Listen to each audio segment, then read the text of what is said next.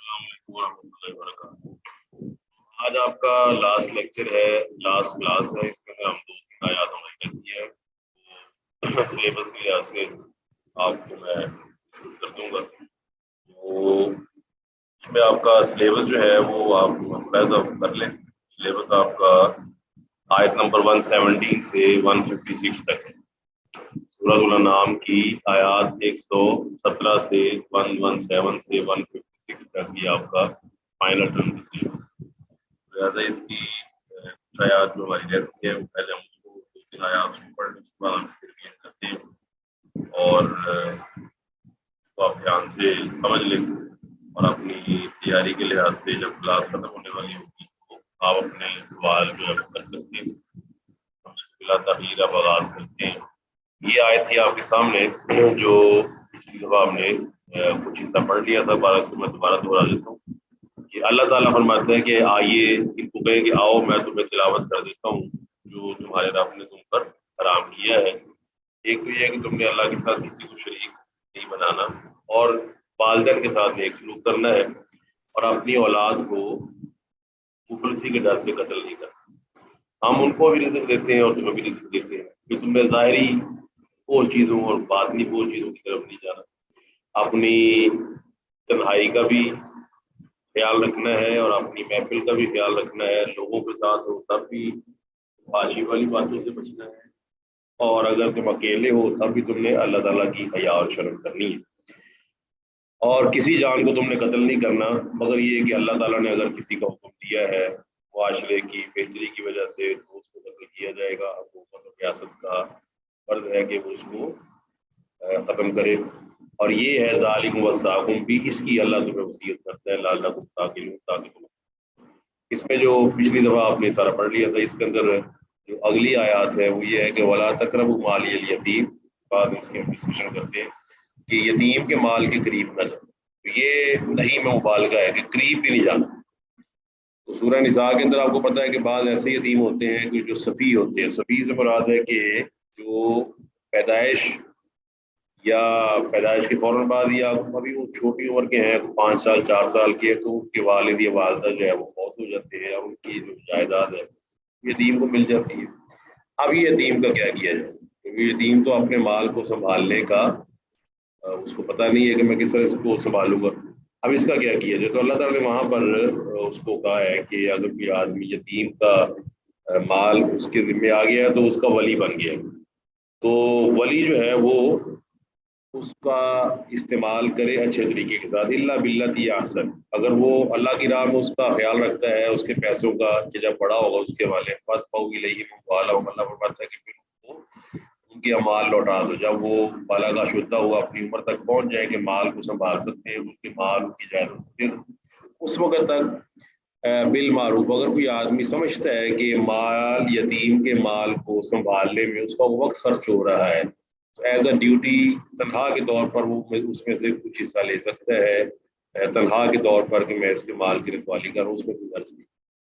آگے اللہ فرماتا ہے حتی یبلغ اشدہ، یہاں تک کہ وہ یتیم اپنے طاقت کو پہنچ۔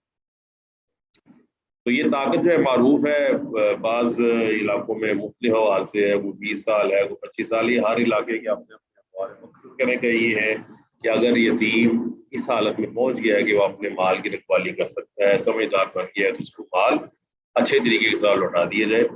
اور فرمایا یہ اللہ تعالیٰ نے اس لیے یتیم کے مال کو اس مال کھانے کی ممانعت جو ہے وہ آئی ہے جگہ جگہ پر۔ ابو ہریرہ رضی اللہ تعالیٰ عنہ جو ان سے روایت ہے نا 7 بڑے بڑے گناہوں کی، ان میں سے ایک اللہ کے ساتھ شرک کرنا ہے، پھر ایک جادو کرنا ہے، پھر ایسی جان کو ناحق قتل کرنا جسے اللہ نے حرام کیا ہے، پھر چوتھے نمبر پر سود ہے، پھر یتیم کا مال کھانا ہے، پھر میدان جنگ سے بھاگنا ہے، اور اس کے بعد نیک بھولی والی عورتیں جن کو گناہ کا پتہ نہیں ہے، بدکاری کا پتہ نہیں، ان پر تہمت لگانا۔ پھر دوبارہ سن لیں، اللہ کے ساتھ شرک کرنا 1 ہے، جادو 2 ہے، کسی کو ناحق قتل کرنا 3 ہے، سود کھانا یہ 4 ہے، یتیم کا مال کھانا 5 ہے، یہ 5ویں نمبر پر آیا ہے، میدان جنگ سے بھاگنا 6، اور بھولی بھالی محسنات ایسی عورتیں جو اپنی عزت کی حفاظت کرنے والی ہیں، ان پر تہمتیں لگانا، ان پر بہتان باندھنا کہ وہ کریکٹر کی ایسی ہیں ویسی ہیں۔ اس طرح کی چیزیں جو ہے یہ اللہ تعالیٰ نے 7 بڑے گناہوں میں شمار کی ہیں۔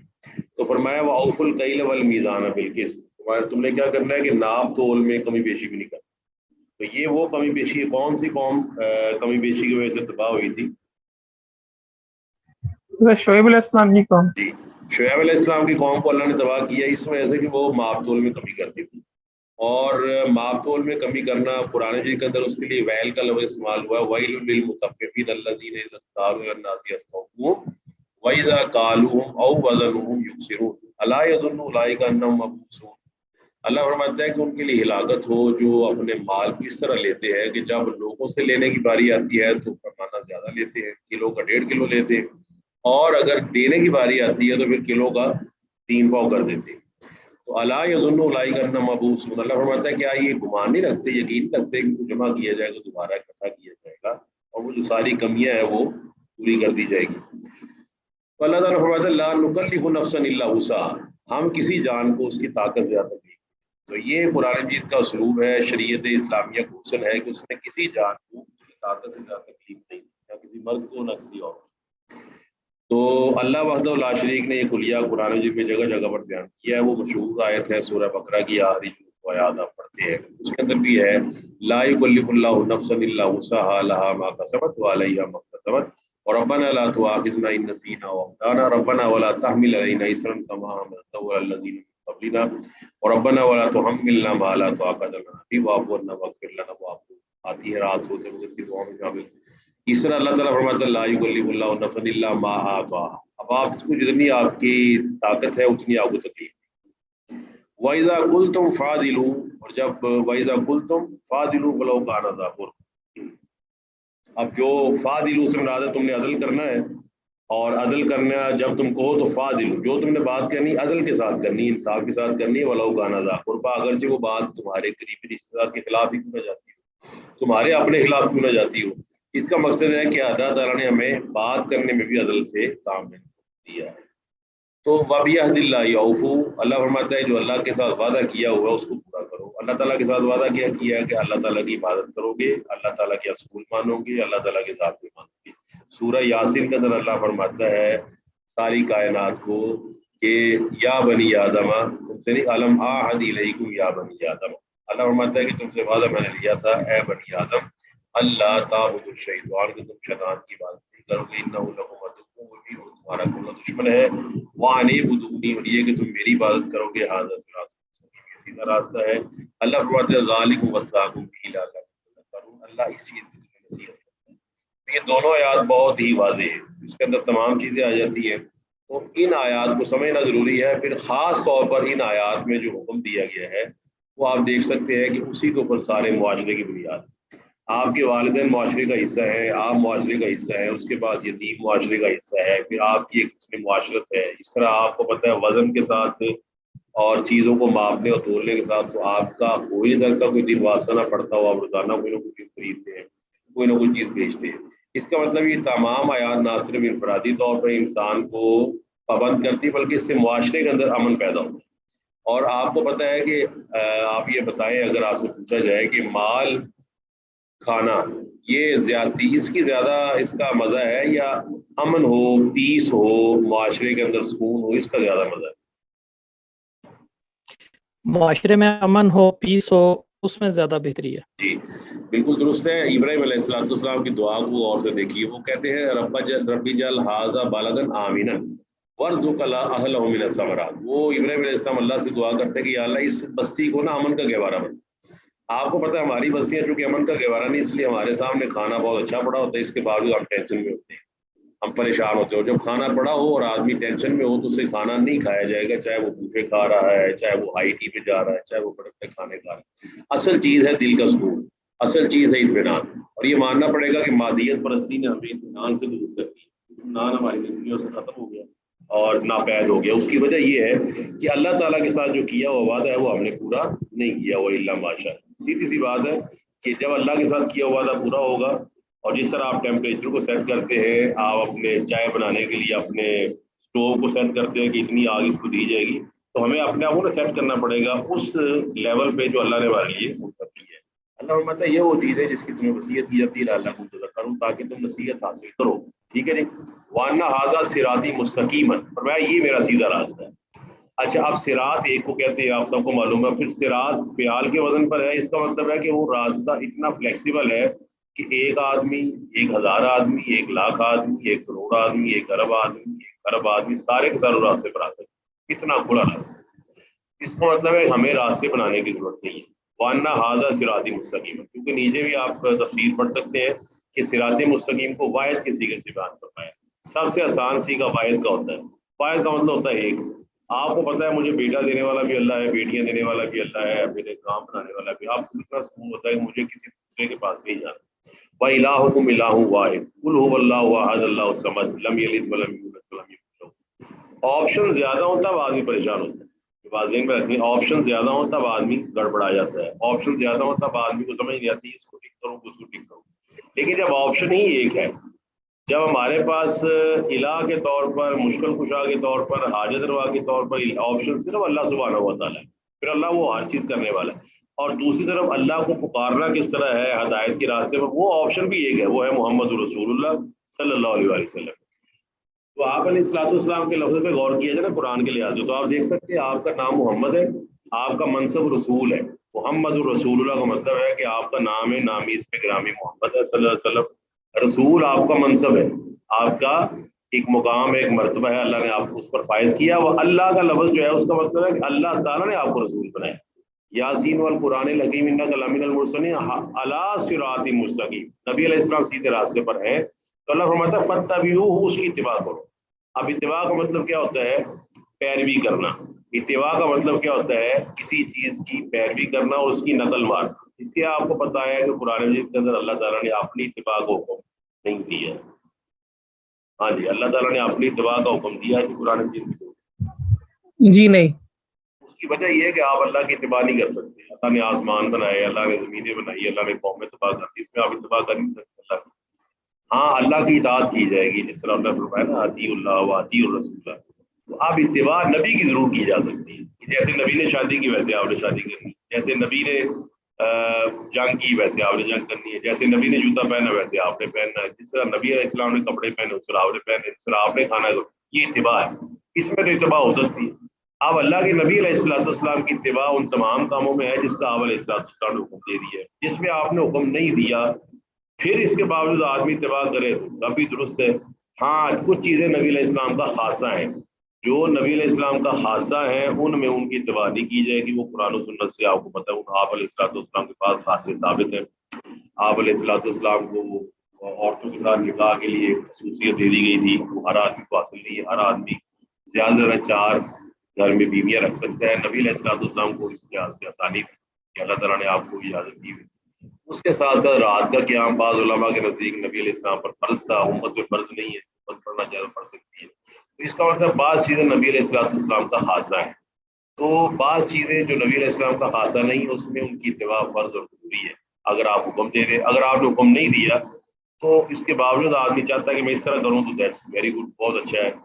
فرمایا ولا تتبعوا السبل، سبیل جمع ہے، سبیل کی جمع ہے سبل، تو راستوں کی پیروی مت کرو. اس سے یہ مراد ہے کہ قرآن مجید کے کلام کو، جس کا کلام ہے قرآن مجید، اللہ کو معلوم تھا کہ بعد میں مسلمانوں میں فرقے پیدا ہوں گے. پھر وہ فرقے جو ہے وہ ایک دوسرے کو مسلمان نہیں سمجھیں گے، یا کم از کم ایک دوسرے کو گمراہ سمجھیں گے کہ تم سیدھے راستے پر نہیں.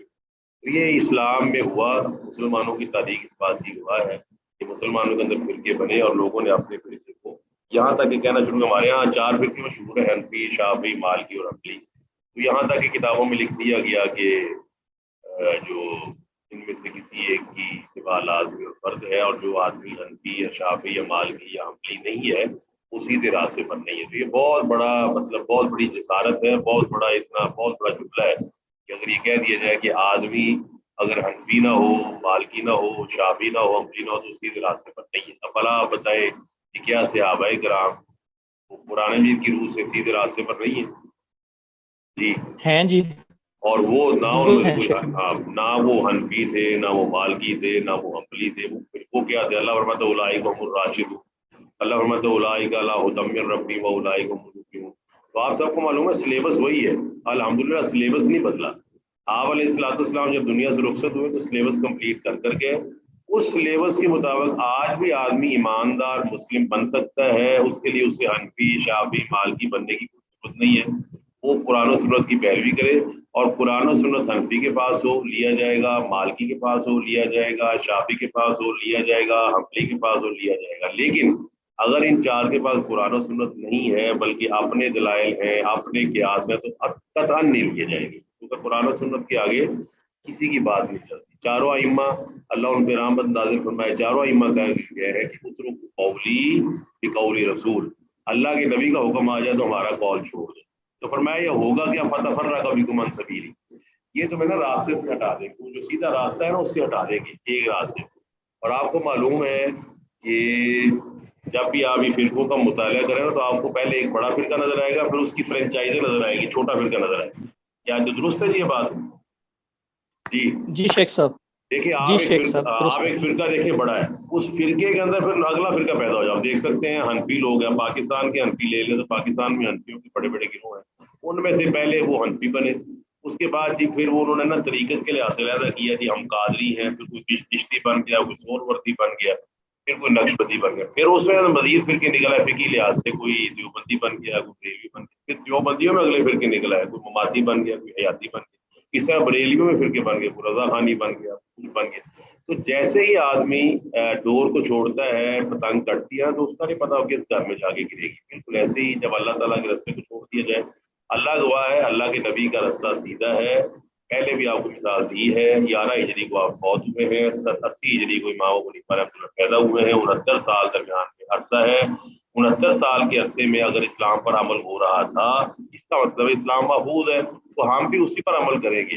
اور آپ کو پتہ ہے جو جدت ہے دنیاوی اعتبار سے, جتنا آگے جائیں گے جدت آئے گی, لیکن دین میں جتنا پیچھے جائیں گے جدت آئے گی. جتنا پیچھے جاتے جاتے جاتے جاتے یہاں تک کہ آپ صحابہ کے منہج کو اختیار کر لیں گے, نبی کے طریقے کو اختیار کر لیں گے, تو آپ سب سے بیسٹ مسلمان بنیں گے. آپ اس پہ اگری کرتے ہیں جی, مانتے ہیں اس بات کو؟ جی سر. جتنا پیچھے جائیں آپ پیچھے چلتے جائیں, 18ویں صدی, 17ویں, 16ویں, 15ویں, جب آ جائے گا نبی علیہ الصلوۃ والسلام کے صحابہ کا وقت اور آپ کا دور, پھر آپ علیہ السلام سے خود دنیا موجود ہے, تو وہ بیسٹ عہد ہے, سب سے خیر الناس قرنی ثم الذین یلونہم. اللہ کے نبی علیہ السلام نے فرمایا سب سے بہترین زمانہ میرا زمانہ, میں خود کائنات میں موجود تھا. تو فرمایا ذالکم وصاکم بی, فرمایا یہ اللہ تمہیں وصیت کرتا ہے, لعلکم تتقون, تاکہ تم ڈر جاؤ اللہ سبحانہ و تعالیٰ. تو لہٰذا اس آیت کی روشنی میں بھی آپ کو پتہ ہے یہاں پہ دو چیزیں واضح ہیں. فتبعوہ فعل امر ہے, اس کا تعلق صراط مستقیم سے. اللہ فرماتا ہے صراط مستقیم کی پیروی کرو. ولا تتبعوا فعل نہیں ہے, اور نہیں اللہ نے فرما دی ہے سبل کی پیروی کرنے سے. بالکل واضح, سبل کی پیروی نہیں ہوگی. بتائیے میری بات سمجھ آ رہی ہے قرآن مجید کی؟ ہاں جی, کلاس کو سمجھ آئی تھی بات؟ شیخ صاحب دوبارہ ذرا وضاحت کر دیں. دوبارہ سبل دیکھیں, ہاں میں بتا دوں آپ کو. دیکھیں جب بلاغت ہوتی ہے نا, اس کا فائدہ ہی ہوتا ہے کہ بات واضح ہو جائے. مطلب آپ کہتے ہیں, ایک اپنے بچے سے کوئی آدمی کہتا ہے کہ بیٹا سگریٹ نہ پیو, تو اب یہ ایک مطلب آپ اپنے بچے سے کہتے ہیں کہ میری بات مانو, پھر آپ اس کے ساتھ اس کی مزید تفصیل کرتے ہیں کہ میری بات مانو اس کی بات نہ مانو. اس میں آپ نے بالکل وضاحت کر دی. اللہ کے نبی علیہ الصلوۃ والسلام کو اللہ نے یہاں فرمایا کہ ان کو بتا دیجیے کہ جو میرا راستہ ہے اس کی پیروی کرنی ہے. اب کوئی آدمی کہہ سکتا تھا کہ میں اللہ کے نبی کی پیروی کرتا ہوں, میں کسی اور کی بھی پیروی کو کوئی حرج نہیں ہے, تو اللہ نے اس سے بھی منع فرما دیا ہے. اپنے راستے کا حکم دے دیا ہے, دوسرے راستوں سے منع فرما دیا ہے. میں اس بات کی طرف اشارہ کرتا ہوں کہ فعل امر ہے اتبعوہ, میرا راستہ اس کی تو پیروی کرو, باقی دوسرے راستوں کی کیا کرنا ہے جی؟ دوسرے راستے بتائے کیا کرنا ان کے بارے میں؟ ان کی اتباع نہیں کرنی. ہاں بالکل, دیکھیں ولا تتبعوا ہے, ان کی اتباع نہیں کرنی. ایک ہے آپ نے کسی آدمی کی بات سنی ہے, آپ نے بحث کرنی ہے, یا آپ نے کوئی علمی کام کرنا ہے, تو آپ ٹھیک ہے آپ اقوال کو اکٹھا کرتے ہیں, لوگوں کی باتوں کو اکٹھا کرتے ہیں, کمپیریزن کرتے ہیں, کنٹراسٹ کرتے ہیں, وہ ٹھیک ہے علماء کے لیے. عام آدمی کے لیے یہی ہے کہ وہ صرف نبی علیہ السلام کی پیروی کرے, کیونکہ نبی علیہ الصلوۃ والسلام سیدھے راستے پر ہے. نبی علیہ الصلوۃ والسلام کے علاوہ دنیا میں کسی شخص کے بارے میں ضمانت سے کہا جا سکتا ہے کہ وہ سیدھے راستے پر ہے؟ قطعاً نہیں.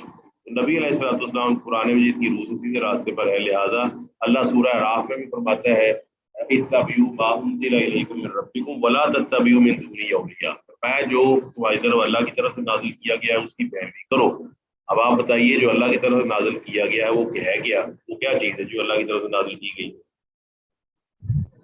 سر قرآن ہے اور وہی خفی ہے جو نبی کریم علیہ السلام کا فرمان. جی بالکل، قرآن و سنت ہے. اللہ تعالیٰ فرماتا ہے یتلا من آیات اللہ والحکمہ، اللہ کی آیات اور حکمت ہے جو تلاوت کی جاتی ہے. تو یہ آیات واضح کر دیتی ہیں کہ فرقہ پرستی بالکل اسلام میں ناجائز ہے، بالکل حرام ہے، اس کا کوئی تصور نہیں ہے. اور فرقہ بنتا ہی یا بستی کے نام پر ہے یا شخصیت کے نام پر ہے. تو اللہ سبحانہ و تعالیٰ نے ہمیں منع فرما دیا ہے، کوئی ہستی نہیں ہے، کوئی بستی نہیں ہے، صرف اللہ تعالیٰ کی نبی علیہ الصلوۃ والسلام کا راستہ ہے، اسی کا راستہ ہے. آگے اللہ فرماتا ہے ثم آتینا، پھر ہم نے کیا کیا، موسیٰ علیہ السلام کو کتاب دی. یہاں موسیٰ علیہ السلام کا ذکر ہے اور یہ نیچے لکھا ہوا ہے قرآن کی اسلوب ہے کہ جہاں قرآن کا ذکر ہو وہاں تورات کا ذکر کیا جاتا ہے، پھر جہاں تورات کا ذکر ہو تو اللہ وہاں قرآن کا ذکر کر دیتا ہے. اس کی وجہ یہ ہے کہ تورات کے اندر جو اکثر احکامات ہیں وہ قرآن مجید کے اندر بھی موجود ہیں. تو تورات بھی اللہ تعالیٰ کی کتاب ہے، اس کے اللہ تعالیٰ کی کتاب کے جو اصول اور ضابطے وہ اللہ کے نبی علیہ السلام نے وضاحت کے ساتھ قرآن مجید کے اندر بیان کر دی ہے. فرمایا ثم آتینا موسیٰ الکتاب تماما علی الذی، وہ جو کتاب تھی وہ بھی تماما علی الذی، وہ بھی تمام تھی، مکمل تھی. کس کے لیے؟ احسن، اس آدمی پر جو اچھی طرح عمل کرنا چاہتا ہے، جو اللہ کے دین پر عمل کرنا چاہتا ہے، اس میں کافی تمام چیزیں موجود ہیں. جس طرح قرآن مجید کے اندر آتا ہے نا لقد انزلنا الیکم کتابا فیہ ذکرکم، تمہارے اوپر ہم نے کتاب نازل کی ہے جس میں تمہارا ہی ذکر ہے. پھر قرآن مجید کے اندر ہی یہ آیت بھی موجود ہے تبیانا لکل شیء، یہ تبیان ہے لکل شیء، یہ بیان کرتی ہے ہر اس چیز کو جس سے اللہ ناراض ہوتا ہے اور ہر چیز اس چیز کو جس سے اللہ راضی ہوتا ہے. پھر تفصیلا، پھر وہ تفصیل ہے اس کے اندر لکل شیء، ہر چیز کی. پھر وہ ہدن، وہ ہدایت ہے، ورحمتن، اور وہ رحمت ہے. اب یہ ہدایت اور رحمت اور تفصیل اور احسان یہ قرآن مجید کی صفتیں بھی آپ کو پتہ ہے. اللہ تعالیٰ فرماتا ہے وَنُنَزِّلُ مِنَ الْقُرْآنِ مَا هُوَ شِفَاءٌ وَرَحْمَةٌ لِّلْمُؤْمِنِينَ، یہ قرآن شفا بھی ہے اور رحمت بھی ہے. اس طرح شروع کے اندر اللہ فرماتا ہے ذَلِكَ الْكِتَابُ لَا رَيْبَ فِيهِ هُدًى لِّلْمُتَّقِينَ. پھر قرآن مجید کے بارے میں آتا ہے کہ یہ تبیان لکل شیء ہے.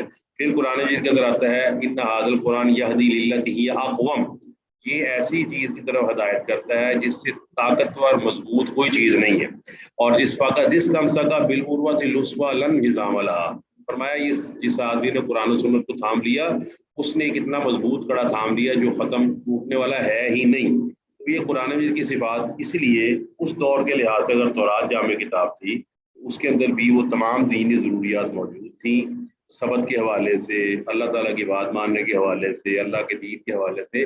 اور اب وہ قرآن مجید کا سٹیٹس ہے، قرآن مجید کے اندر اللہ سبحانہ و تعالیٰ نے تورات کو بھی شامل کر دی ہے. تورات کی تمام چیزوں، اور آپ کو پتہ ہے یہ بھی قرآن مجید کا اعجاز ہے، اس کا وصف ہے، اس کی خوبصورتی ہے کہ اس نے پرانی کتابوں کی نہ صرف حفاظت کی ہے بلکہ پرانی کتابوں کے اندر جو تشریحات ایڈ کر دی گئی تھی وہ بھی قرآن مجید نے اس کو وضاحت کے ساتھ بیان کر دیا ہے. تو اللہ فرماتا ہے کہ یہ کتاب جو ہے یہ تورات کا وصف بیان کیا ہے، پھر اس کتاب کا بیان کیا وَهَذَا کتاب، فرمایا یہ کتاب ہے انزلناہ، ہم نے اس کو نازل کیا ہے مبارک، بابرکت، یہ بڑی بابرکت کتاب ہے، اس کو بابرکت بنا دیا گیا ہے تمہارے لیے. پھر کیا فرمایا فاتبعوا، تو یہ اتباع کرنی ہے تم نے کتاب کی. اب اتباع سے کیا مراد ہے؟ وہ جو آپ نے پہلے سورہ بقرہ کے اندر آیت پڑھی ہوگی کہ یؤمنون، وہ جو کتاب پر ایمان رکھتے ہیں، تو کتاب پر افتؤمنون ببعض الکتاب وتکفرون ببعض، اور میں کتاب کے بعض حصوں پر ایمان رکھتے ہو بعض پر ایمان نہیں رکھتے. اب آج کل ہمارے مسلمانوں کی بھی یہ حالت ہے کہ کتاب کے اس حصے تک ایمان ہے جو انفرادی ہے، مطلب نماز پڑھ لو جی، روزہ رکھ لو یہاں تک، لیکن جب اس کی باری آتی نا حکومت میں یا سیاست میں یا بینکنگ کے اندر یا اکانومی کے اندر یا فلاں چیز کے اندر، تو آپ بتائیں کیا قرآن بھی کو فالو کیا جا رہا ہے؟ نہیں جی. اور وہ کہا جاتا ہے اللہ تعالیٰ نے وہاں ذکر کیا ہے کہ جو لوگ بھی ایسا کریں گے من یفعل ذلک منکم، اس کے لیے دنیا میں بھی رسوائی ہے اور آخرت کے دن تو انتہائی سخت عذاب ہے. جو بعض آیات کو تو بعض آیات کو مانتا ہے بعض آیات کو نہیں مانتا. نہیں ماننے سے کیا مراد ہے؟ نہیں ماننے سے مراد ہے اب دیکھیں سود کی آیات قرآن میں موجود ہیں، بدکاری کی آیات قرآن میں موجود ہے، چوری کی آیات قرآن میں موجود ہے، اس طرح حکومت لانے والی آیات قرآن میں موجود ہے، اس طرح سیاست کی آیات قرآن میں موجود ہے. یہ ساری چیزیں قرآن میں موجود ہیں. صاف ظاہر ہے جو اسلامی حکومت ہے اس کی ذمہ داری بنتی ہے کہ وہ اس کے مطابق اپنے حکومت کو استعمال کرے. تو یہ مسلمانوں کے زوال کی، مسلمانوں کی ضلالت کی ایک وجہ یہ بھی ہے کہ انہوں نے بعض کتاب مانی ہوئی ہے، بعض کتاب کا انکار کیا ہو۔ اب قرآن مجید کے اندر اگر آپ سے پوچھ لیا جائے، جو آپ ماشاء اللہ اسٹوڈنٹ ہیں، ان سے پوچھ لیا جائے کہ وہ جو سود کی آیات ہے وہ کہاں پر عمل ہونی ہے، ان پر کس میں عمل ہونا، دنیا میں عمل ہونا ہے کہ آخرت میں عمل ہونا ہے؟ دنیا میں جی۔ اب وہ کس طرح ہوگا عمل، یہ تو ہمیں بھی بتایا جائے وہ کس طرح عمل ہوگا۔ دوسری بات، جو ہمارے ہاں یہ ایک مسکنسیپشن دی جاتی ہے کہ یہ مولویوں کا کام ہے۔ ساگر سودی آیات یا جو حکومت ہے وہ بھی پابند ہے، وہ قرآن مجید کو مانتی ہے، قرآن مجید کو چھپواتی ہے، قرآن مجید کو اس میں سینٹر بنائے ہوئے ہیں، قرآن مجید کی سیرت چیئرز بنائی ہوئی ہیں، ہر یونیورسٹی گورنمنٹ اس کے اندر موجود ہے۔ پھر آپ نے شریعت کورٹ بنائی ہوئی ہے، شریعت کا آپ نے عدالت بنائی ہوئی ہے، پھر آپ نے مسجدیں بنائی ہوئی ہیں، آپ نے بڑے بڑے مدرسے بنائے ہوئے ہیں، آپ نے بڑی بڑی یونیورسٹیاں بنائی ہوئی ہیں، ہمارے اسلامک یونیورسٹی انٹرنیشنل موجود ہے۔ اب صاف ظاہر ہے وہ جو سودی آیات ہیں بھائی بتایا جائے کہ وہ کس نے کب اس پر عمل کرنا ہے، مرنے کے بعد تو نہیں عمل ہوگا نا اس کے اوپر۔ تو قرآن مجید کی وہ آیات جن پر عمل کرنا ضروری ہے اس پر عمل نہیں کیا جائے گا، اللہ تعالیٰ فرماتا ہے کہ دنیا میں تو رسوا ہوں گے، قیامت والے دن بھی انہیں شدید عذاب کی طرف لوٹایا جائے گا۔ یہ وہ والی حالت ہے جو یہودیوں کی حالت ہے کہ وہ بھی کتاب کی بعض چیزوں کو مانتے تھے۔ وہ آپ کو پتا ہوگا وہ جو یہودیوں کے بارے میں آیت نازل ہوئی کہ مدینہ میں نا 3 قبیلے تھے، ایک بنو نذیر، ایک بنو قینقاع اور ایک بنو قریظہ۔ اچھا، ایک قبیلہ اوس کا تھا، حلیف اس کا ساتھی تھا، اور ایک خزرج کا۔ اب جب اوس اور خزرج کی لڑائی ہوتی تو یہ آپس میں مار کٹائی کرتے تھے۔ یہودی اپنے یہودیوں کو نا جلا وطن کرتے، مارتے بھی تھے اور جلا وطن بھی کر دیتے تھے، حالانکہ ان کا جلا وطن کرنا تورات کی روح سے یہودی کو جلا وطن نہیں کر سکتا تھا۔ اچھا، جلا وطن کرتے پھر بعد میں فدیہ دے کے چھڑاتے۔ وہ پوچھا جاتا بھائی فدیہ دے کے کیوں چھڑایا ہے، کہتے تورات کو حکم ہے۔ تو اللہ تعالیٰ فرماتا ہے تورات کو تو یہ بھی حکم ہے کہ تم ان کو جلا وطن ہی نہیں کر سکتے، تو کیا تم بعض چیزوں کو مانتے ہو بعض کو نہیں مانتے؟ یہ وہ اس کا سینیریو ہے۔ تو اللہ تعالیٰ فرماتا ہے یہ کتاب ہم نے نازل کی ہے مبارک، یہ بابرکت ہے، فتبعوہ، یہ اس کی اتباع کرو، واتقوا، اللہ سے ڈرو۔ اتباع ہوگی تو ڈر بھی آ جائے گا، لعلکم ترحمون، تاکہ تم پر رحم کیا جائے۔ یہاں آپ 3 چیزیں اکٹھی کرتی ہے، اتباع، تقویٰ اور رحم۔ آپ دیکھیں ہر چیز کا ایک منطقی نتیجہ ہوتا ہے۔ پانی پینے کا نتیجہ کیا ہے؟ پیاس بجھ جانا۔ کھانا کھانے کا نتیجہ کیا ہے؟ بھوک کا ختم ہو جانا۔ کپڑے پہننے کا نتیجہ کیا ہے؟ کیا نام ہے آپ کے جسم کا ڈھک جانا۔ اسی طرح اور کئی نتیجے ہیں۔ یہاں اتباع اور تقوی کا نتیجہ کیا ہے؟ ہاں جی، کیا نتیجہ ہے جی اگر اتباع اور تقوی اختیار کیا جائے گا؟ اگر کوئی آدمی اللہ کے قرآن کی اتباع رحم، کرتا ہے، تاکہ ہاں رحم، جی، تاکہ اللہ سبحانہ تعالیٰ ہم لعلکم پہ رحم ترحمون، کریں، بالکل وہ جو آپ کی آیات اس ہم طرح رحم کیے ملائے، جی وہ آیات ملائیں اس کے ساتھ، وَإِذَا قُرِئَ الْقُرْآنُ فَاسْتَمِعُوا لَهُ وَأَنصِتُوا لَعَلَّكُمْ تُرْحَمُونَ۔ اب صاف ہے وہ رحم ہی تو ہے نا، جو آپ سب لوگ اس وقت قرآن پڑھ رہے ہیں، آپ دعائیں نہیں کرتے اللہ تعالیٰ اللہ ہم پہ رحم فرما، اور رحم کیسے فرمائے گا اللہ سبحانہ و تعالیٰ؟ اس سے ہی فرمائے گا نا، اتباع اور تقویٰ۔ اب آپ دیکھیے آپ ہانڈی لے کر اس میں پتھر ڈال دیں، پتھر ڈالنے کے بعد اس کو پکانا شروع کرتے اور ذہن میں رکھیں کہ جی مرغی پک جائے گی یا بڑی زبردست تیار ہو جائے گی، کیا ہماری توقع درست ہوگی؟ نہیں جی۔